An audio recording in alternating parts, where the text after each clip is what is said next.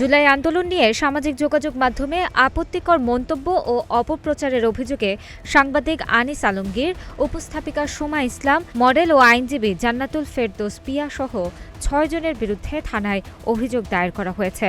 শনিবার রাতে রাজধানীর শাহবাগ থানায় ওই অভিযোগ সাধারণ ডায়েরি হিসেবে নেওয়া হয়েছে।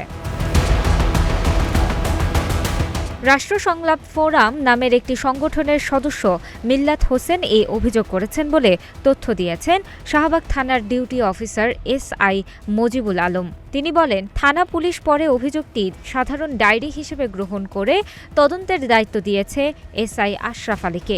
এই ৩ জন ছাড়া অভিযোগ আনা হয়েছে সাবেক ছাত্রলীগ নেতা ও কলামিস্ট মোমিন মেহেদী, মডেল মারিয়া কিসপট্টা এবং মডেল ও অভিনেত্রী তুষ্টির বিরুদ্ধে। থানায় অভিযোগ দেওয়ার সময় সংলাপ ফোরামের সদস্য সচিব আনম আয়াস এবং কেন্দ্রীয় সংগঠক মোহাম্মদ শাহ আলম বাদশাহ ও তুহিন ফরাজি উপস্থিত ছিলেন।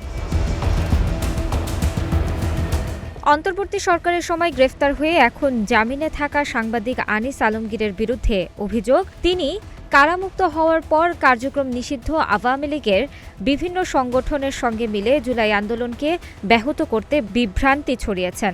সুমা ইসলামের বিরুদ্ধে অভিযোগ, তিনি বিভিন্ন টকশোতে জুলাই আন্দোলনকে তুচ্ছ তাচ্ছিল্য করে নিষিদ্ধ ঘোষিত আওয়ামী লীগকে পুনর্বাসনের চেষ্টা করেছেন।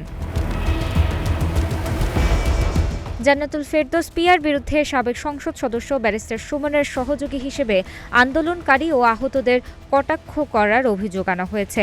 মোমিন মেহেদীর বিরুদ্ধে ঢাকা প্রেস ক্লাব এলাকায় জুলাই আন্দোলনের স্মৃতিস্তম্ভে জুতা নিক্ষেপ ও আবু সাইদকে নিয়ে বিভ্রান্তিকর বক্তব্য দেওয়ার অভিযোগ করা হয়েছে।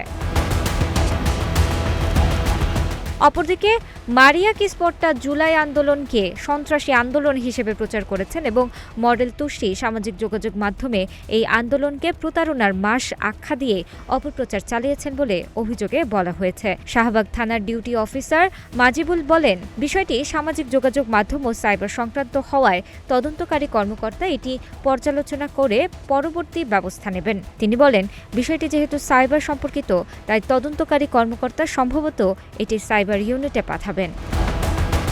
তানাজা আফরিন, গ্রিন টিভি ডিজিটাল।